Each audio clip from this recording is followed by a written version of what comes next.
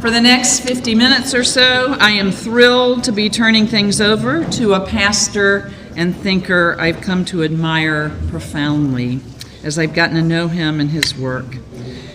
In his life and ministry, Luther Smith has borne witness to the power of hope in times of relative peace and in days of great trouble. I am confident that Luther's words this morning will encourage and inspire us as the seasons of our life together change and as we continue to move boldly toward the future God is calling us to. Where's Luther? There he is. Dr. Smith, I'm so grateful to you for your presence here. And I'm so pleased and honored to introduce you to the people of this diocese. Thank you so much. You honor us by your presence. So let's give him a warm welcome.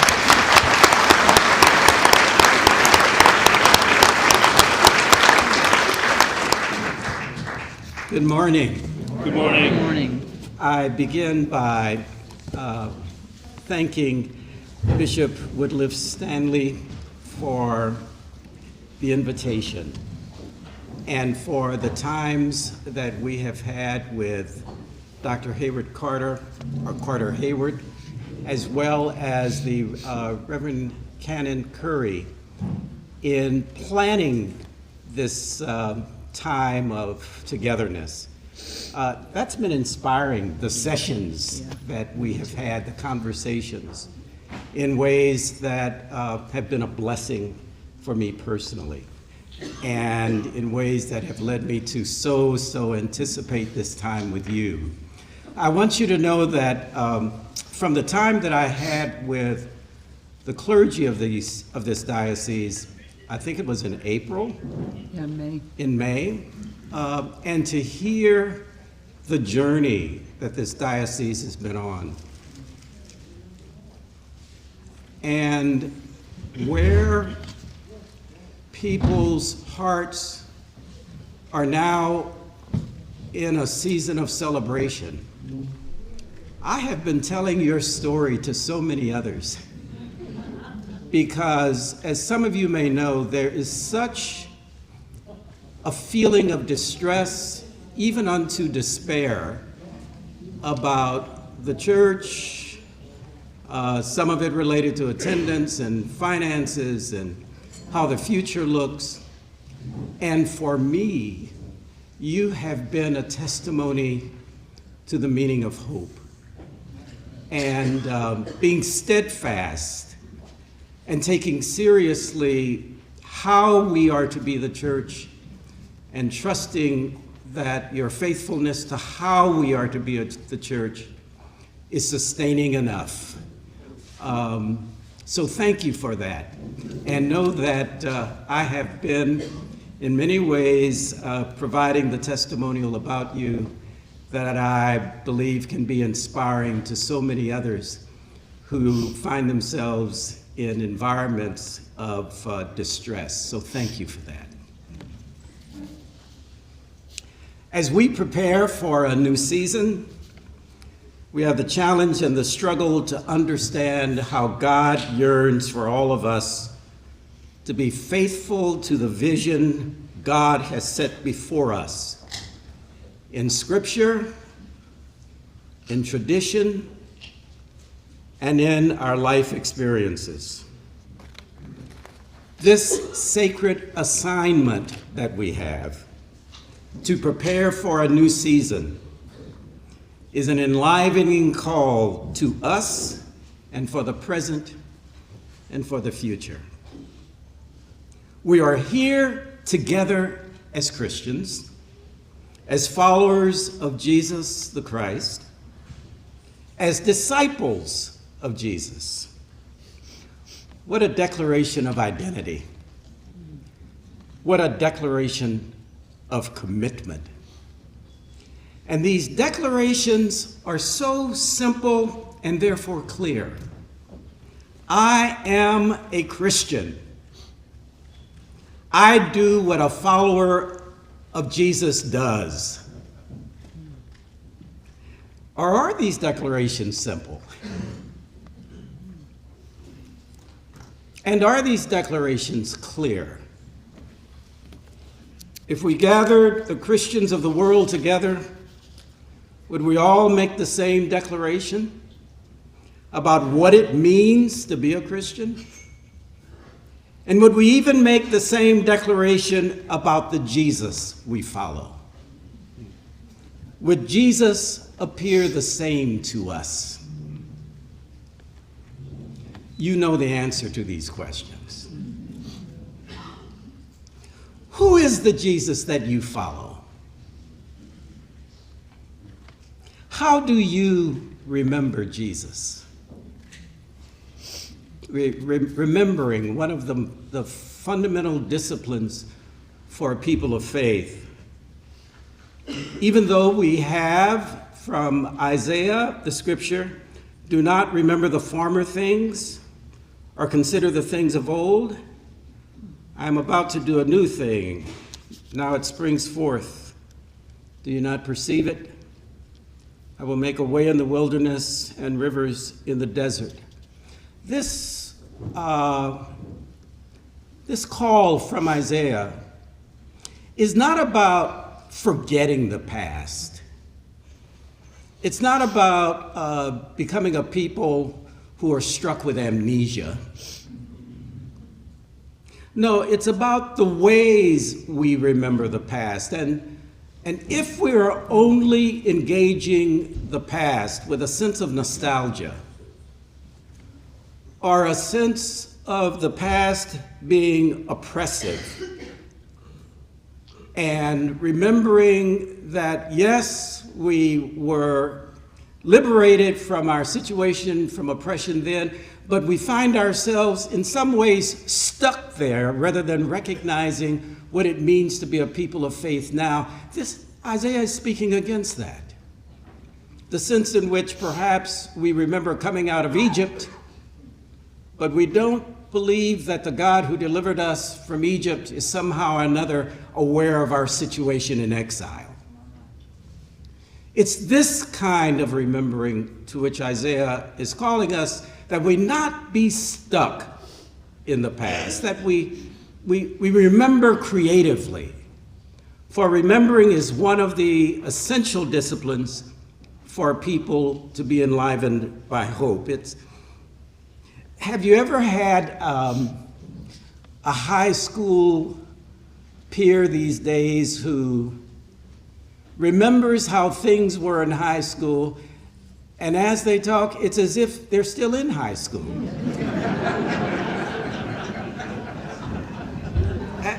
Haven't moved on from, they remember you when. And as I've heard, and I don't understand why they said that, I didn't think you would be a minister.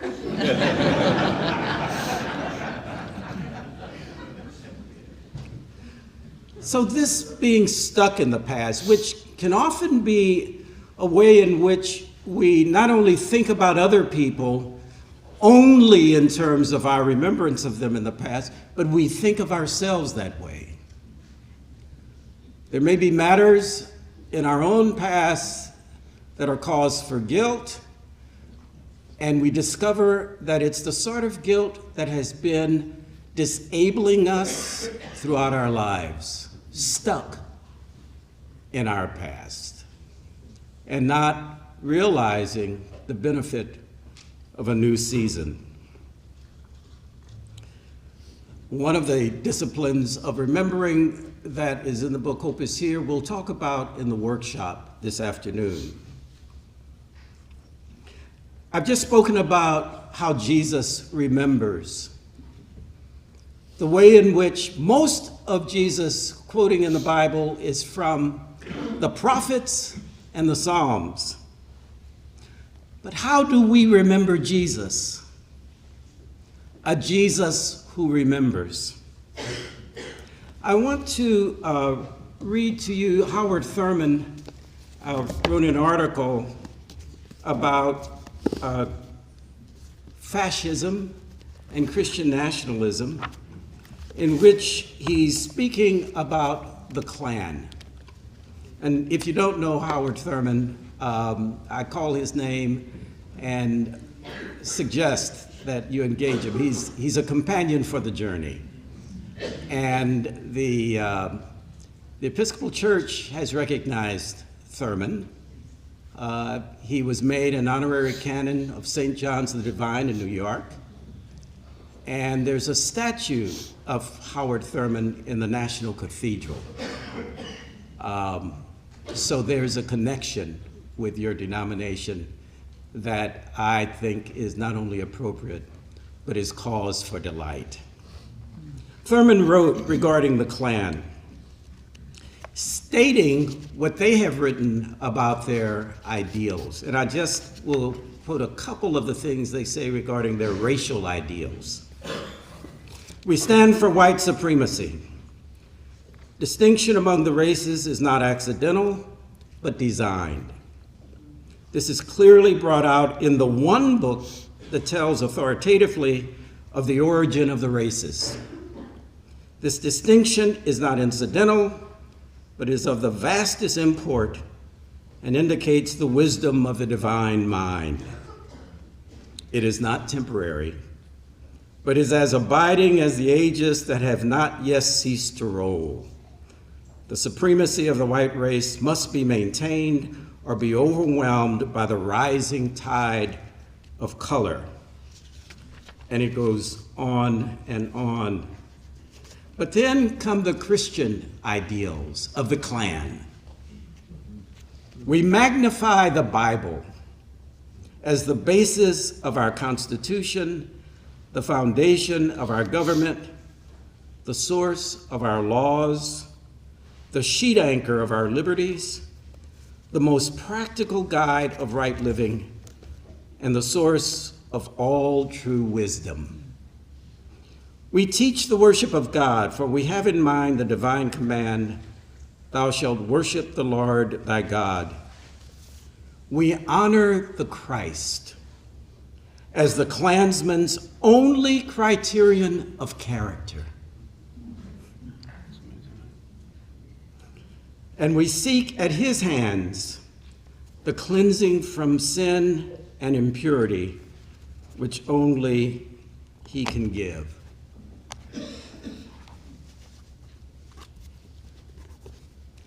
Who is this Jesus that you follow? And who is the Jesus that others are following, such as the Deutsche Christian Church in Germany that was supportive of the Nazi ideas of race? This is the church. And some went so far as to call for total removal of any Jewish identity in the Bible, including the Old Testament.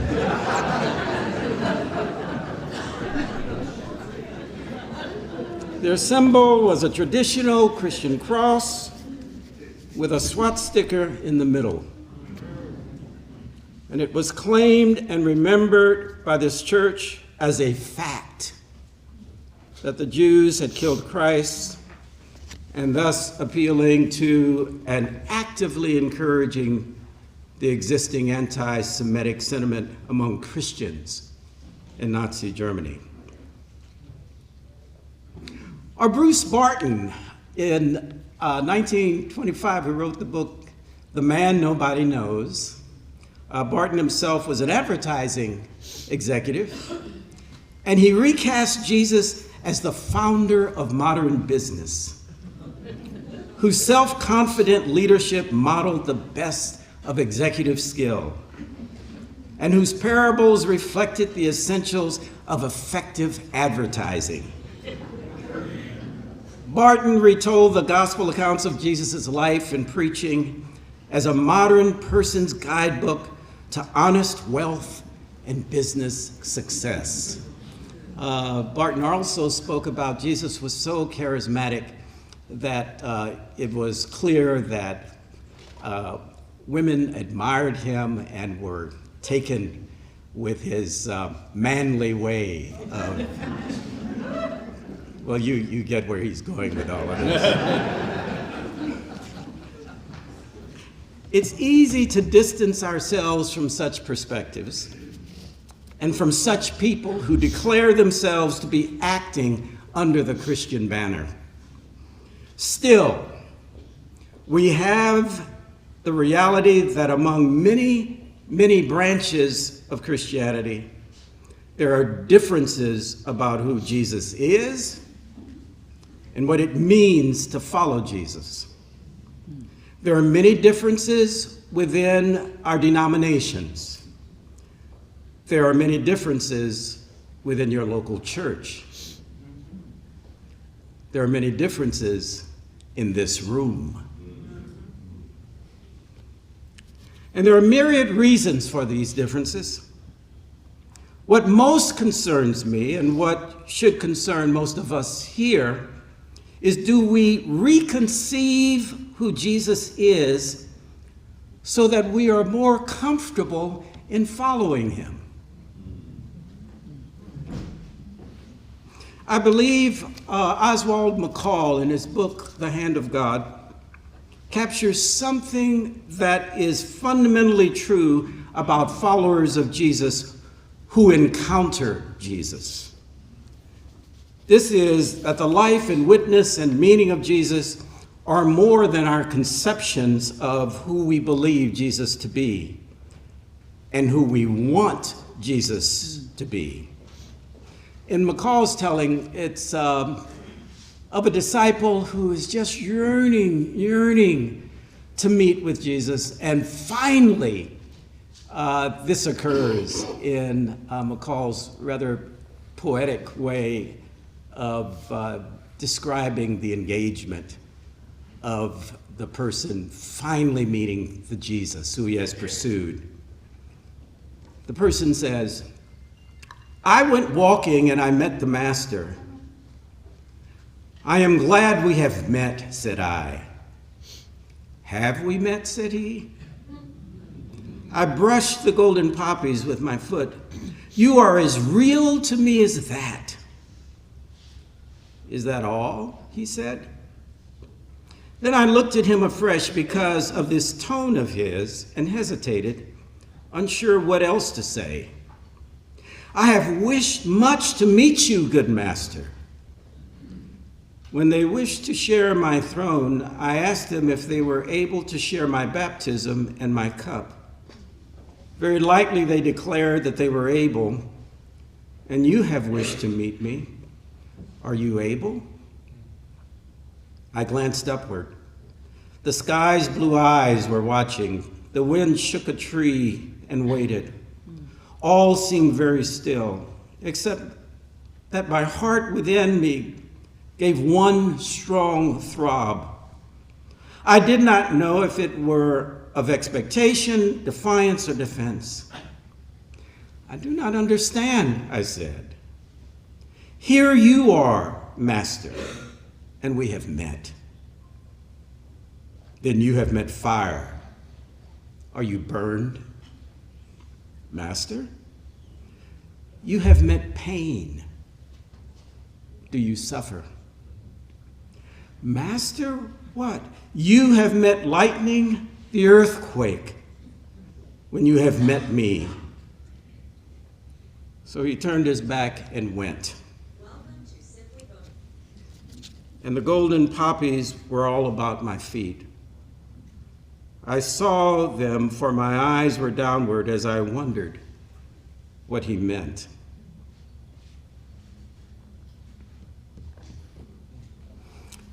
Are you ready to follow this Jesus?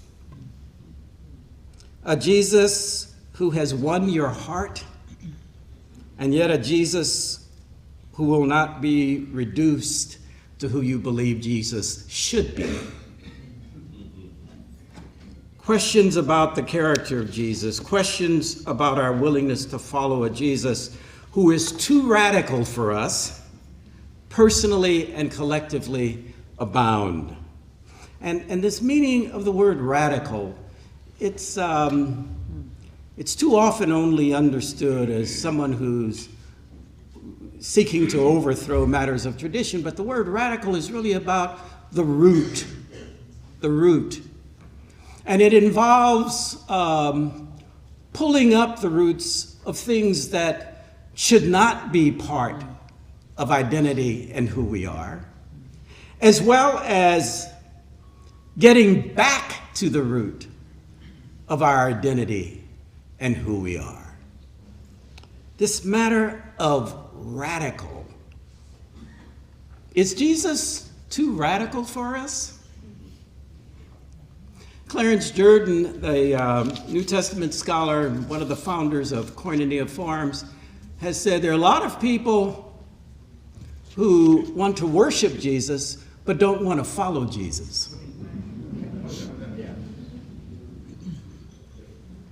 How pervasive is this among us, among our churches, and among people who walk under the Christian banner?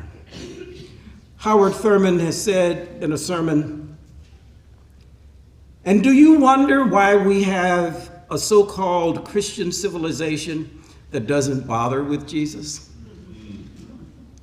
He's the most dangerous figure on the horizon of humanity. And if we seek to reproduce in ourselves the religion which he experienced, we shall destroy our civilization, and there shall be not one stone left on the other." So what do? We pray to him instead. That's easier. We just walk by, as they do once a year in the Soviet Union, I'm told, on Lenin's birthday, pass before his bier and pay tribute, because this is a dangerous man. Just a few of the challenges that come in following Jesus. And let's begin by following Jesus through sacred scripture. Let us remember how Jesus perceived how God makes a way in the wilderness and provides sustaining streams in the desert. Jesus said, "Love your enemy. Pray for your enemy." Do you do this? I'm not asking, should you do this? I'm asking, do you do this? Do you know how to do this? In all my years of being in the church, there was never a class to teach me how to do this. I had lots of declarations to do it, but never instruction on how to do it. I was speaking in a spiritual formation retreat earlier this year, and there were some 70 people in the room, all of whom were there because they wanted to deepen their own lives in spiritual formation. And when I got to the question of forgiveness and praying for enemies, I asked them, I said, if you have had instruction on forgiveness and how to love your enemies, raise your hand. And of the 70 people in this room, there are about 2 people who raised their hands.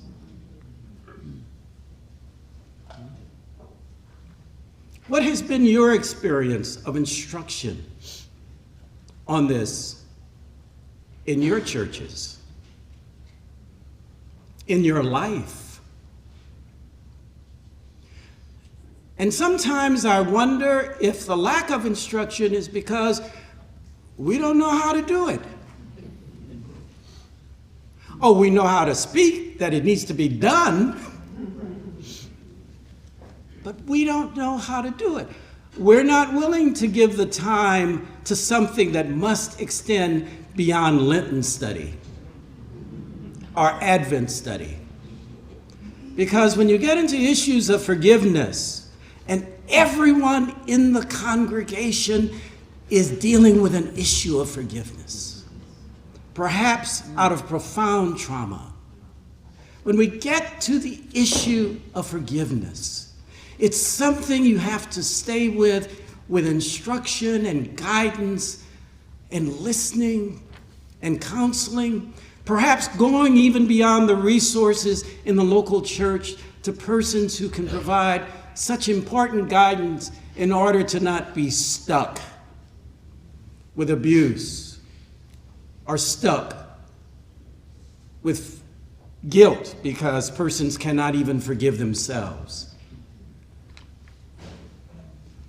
To attend to this matter of following Jesus and hearing the instruction and not just thinking this is, oh, there's something inspiring about that, but to not realize what it takes to do it and the kind of guidance we all need from one another to do it is to be going forward and following Jesus, just being satisfied he knows how to do it. I've had pastors who have been chaplains in towns with military bases, as well as of churches where many members have been away in situations of war zones, and come their prayer time, they did not know how to pray for enemies because they felt that their members in their community would understand that praying for enemies is to somehow be praying against their loved ones who are in combat. They didn't know how to pray for enemies. I was so concerned about this. I was teaching a class on spiritual formation, and I asked students to come forth with public prayers for ISIS.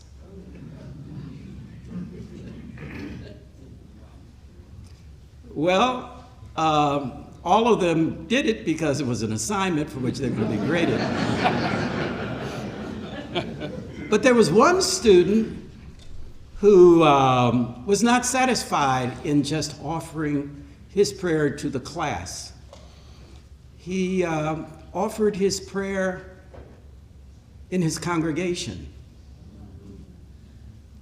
And word got around about this, and he was asked to come on the radio and talk about it, and he did.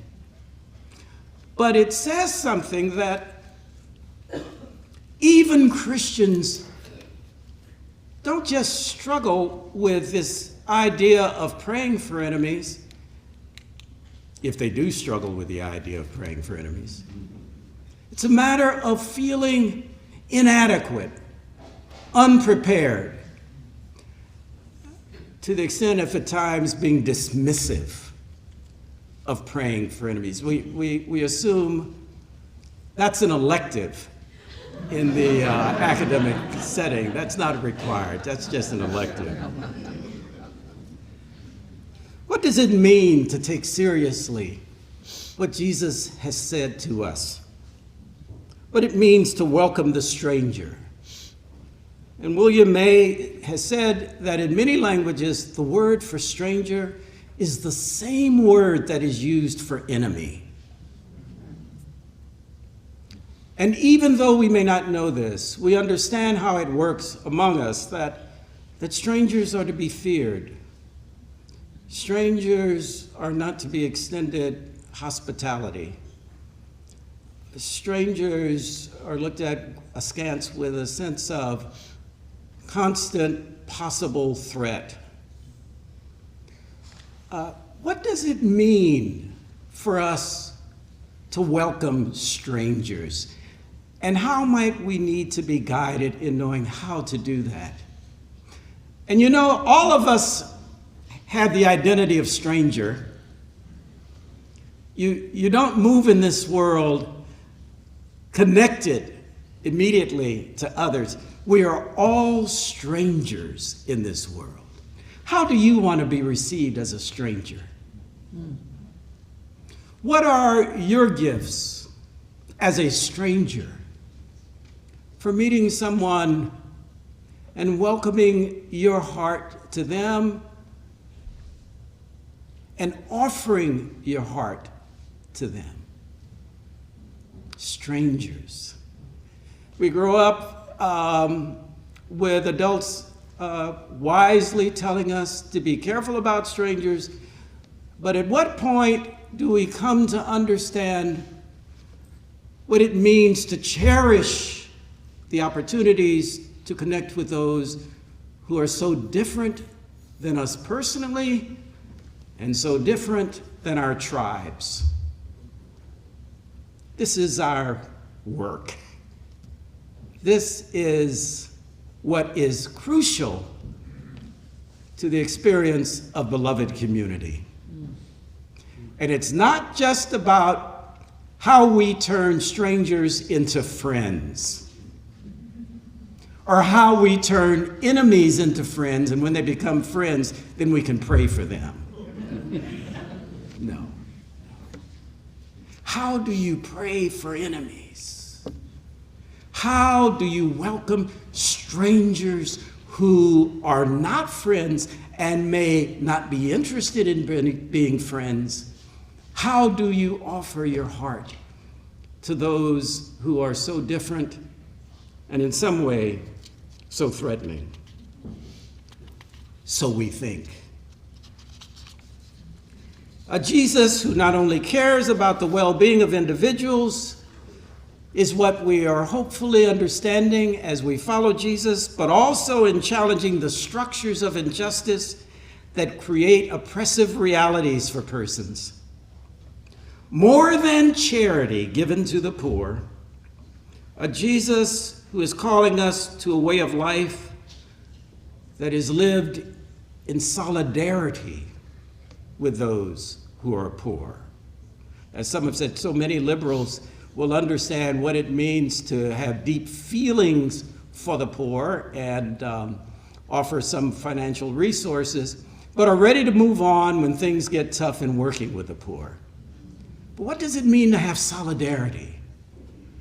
That their plight is our plight, our plight. And we cannot walk away without feeling somehow or another we discredit our own identity when we have the option and have taken the option of somehow or another denying our identity with them.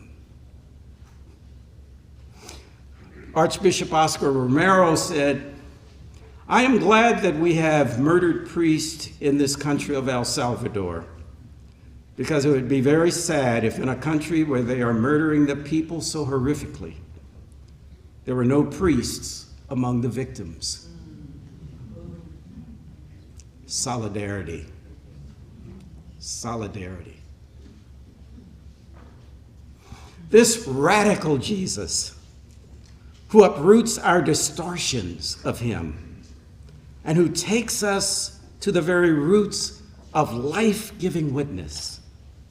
This Jesus is who is obedient to God and who trusts God with his life and who offers us the challenge of trusting God with our lives.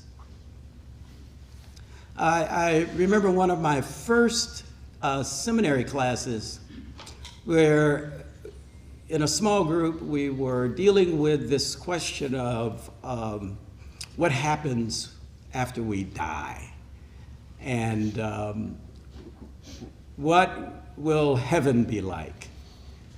And I remember having a misconception of seminary to begin with. I thought seminary would primarily be sitting under a tree with classmates and talking about how wonderful Jesus is and what it means to follow Jesus. And the feedback I got on my first paper told me otherwise.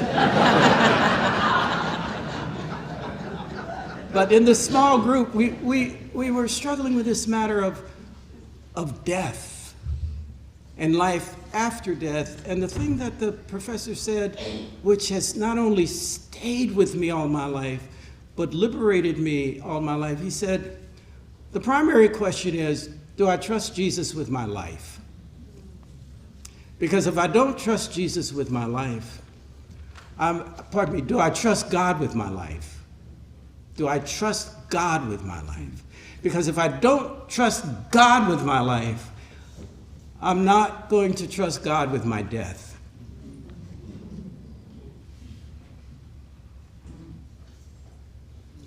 And from that day forward, I knew where my energies were to be given.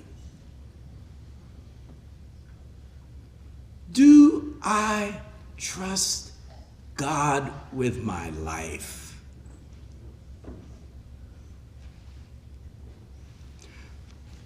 Or do I have a lot of advice for God how to be trustworthy?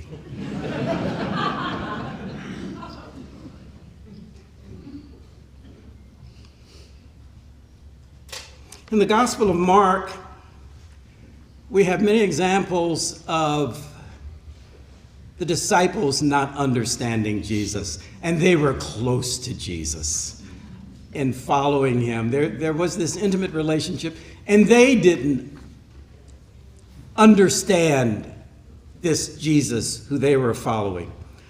Matthew and Luke try to clean it up a bit, but it's one of the reasons I delight in the Gospel of Mark, because I think it reflects so much of where we are as followers, this challenge. And I speak of these matters to indicate that joining those who have followed Jesus and those who claim to know Jesus is to journey with an astonishing diversity of understanding about one another. We can easily look around and wonder if how they perceive following Jesus. Should they be among us? And an astonishing diversity of understanding how others can be with us, and wonder if we should be among them. But this is the disciples' way. This is how Jesus followed, with so many of us having very different understandings of what it means to be following Jesus. This is just who we are. We're not going to gain consensus about that. That may sound rather cynical. I just think it's the reality. It wasn't the reality with those who were with Jesus, and we know how in the church it has been the reality since its founding. We have all these different understandings, with so many books devoted to defending a perspective about what it means to follow Jesus faithfully. But this is how we go forward in a new season. We don't require consensus at the outset. We go forward with diversity. We go forward with conflict. But I think each of us can ask the question for ourselves: who will I be as a follower of Jesus? It's important to recognize what's going on around us, but who will I be as a follower of Jesus? Who will I be in my relationship with Jesus? Who will I be in relationship with all these other followers of Jesus? Who will I be in relationship to those who are not followers of Jesus? Who will I be in my relationship with me? And all of these questions are interrelated. As I said at the outset, Jesus remembers, as he's quoting the prophets and the Psalms, Jesus takes seriously a tradition, a history that informs how he goes forward. So we have some idea of how Jesus remembers. How do we remember Jesus? How do we rely upon the scriptures? How do we rely upon life experiences? The answer to that question will be evident in how we witness day by day. It will not be simply a theological argument. It will be a life-lived response. We are wise to remember that in the 9th chapter of Luke, where Jesus gave his disciples power and authority to proclaim God's dream for creation and to heal the needs of the people, they went forward with power and authority and discovered that it worked in providing healing among the people. And they returned to Jesus with their testimonies of how it worked, how they were receptive to hospitality as Jesus had commanded them, but the kind of instruction that Jesus had given them, they employed, understanding they had power and authority. And this was so transformative, so overwhelming, so beyond even the imagination, that word got around and it got back to Herod. And Herod couldn't understand it because there was some word spoken that maybe Elijah's come back to affect all of this, or the dead prophets have returned. Or even John the Baptist, and John the Baptist I beheaded. And if you want an effective way to be sure someone's not going to resurrect and come back, beheading is the way to do it. But Herod was bewildered. And understandably, we are always bewildered. Jesus sent them forth with power and authority. Do you know how frustrating it is to have power and no authority? You have so much to offer, but you don't have the title. You don't have the training, but there's so much to offer. Do you know what it is to have authority but no power? You have the title, but too few people are listening to you. You have the title, but somehow or another, the Constitution is not recognizing your title as exercising power. No, to not have one when you need both can be extraordinarily frustrating. But there is something that is worse than only having one of them. And that is to have both of them and to not use it. And this is where too many churches, too many Christians who have power and authority will step back from exercising their power and authority to heal as God has called them to heal, to affect the beloved community that God dreams for us.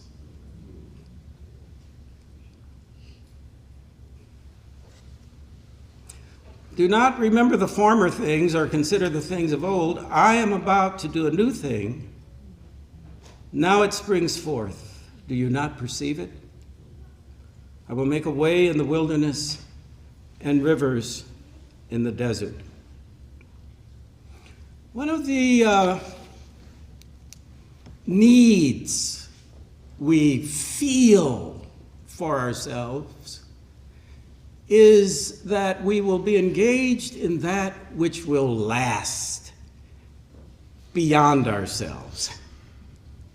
I mean, if we're going to expend this social capital, this energy, perhaps the respect we have among a number of people, if we're going to make all these sacrifices, will it last beyond my life? Will it last, well, let's not go that far, but will it last beyond the next election? And we can get so caught up in requiring our efforts to somehow or another become permanent, to fix things once and for all, that we will not engage until we have that assurance. And I have been moved by one of the expressions of a retired Episcopal bishop, Bishop Stephen Charleston, who wrote a meditation that I'll read, a member of the Choctaw Nation. Bishop Charleston said, "Your song will not end. The kindness you have shown, the wisdom you have shared, the love you have given, none of that will end. It will go on, passed as an heirloom of faith from person to person, not only of your own family, but between the countless others you have known, cared for, worked with, prayed for, and respected.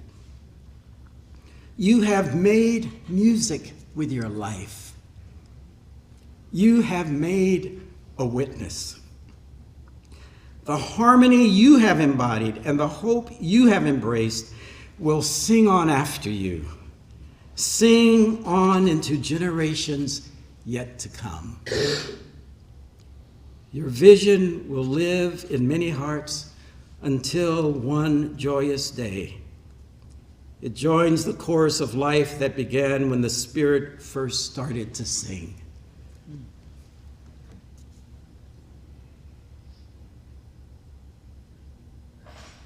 We follow a Jesus who understood himself to be in a movement that goes beyond crucifixion.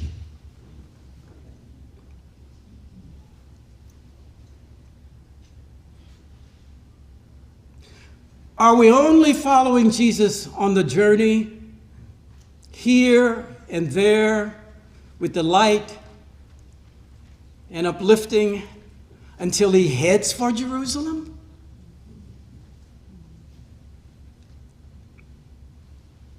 There is, in Bishop Charleston's meditation, a word for us to know that the song is sung over and over and over, even beyond our ability to hear it from persons within our own lifetime. But the song goes on, and it's transformative. I close, as I did in the book, Hope is Here, related to this matter of getting beyond simply that which so often deters us in our work, because we want things to somehow or another assure us that they will last. And we distrust that the journey of faith itself is about so many things our eyes may never see. But we don't just live for outcomes that our eyes will see. We live in response to the calling. We live in response to the journey. We live in response to a new season into which we will have the possibility of moving because others continue to sing the song. So, the urgency for justice and beloved community is here and now. The efforts needed for transformation exceed the limits of my body. Still, I see the signs of hope all around me, and I am emboldened to persevere even as I see the enormity of the challenges. In this time, on this journey, so many challenges and so many opportunities are mine and yours. I anticipate continuing the journey with you. I know that our fellowship on the journey will make a difference for us and for our being a sign for so many others. I also know that however large our fellowship becomes, it will not be enough. What comforts and reassures me is knowing that the abiding presence and love of God on our journey is more than enough. The spiritual wisdom of Victor Hugo speaks to my heart, and I believe every heart, to help us sustain our activism in all the coming days. Courage, then, and patience. Courage for the great sorrows of life, and patience for the small ones. And then when you have laboriously accomplished your daily task, go to sleep in peace. God is awake. Thank you.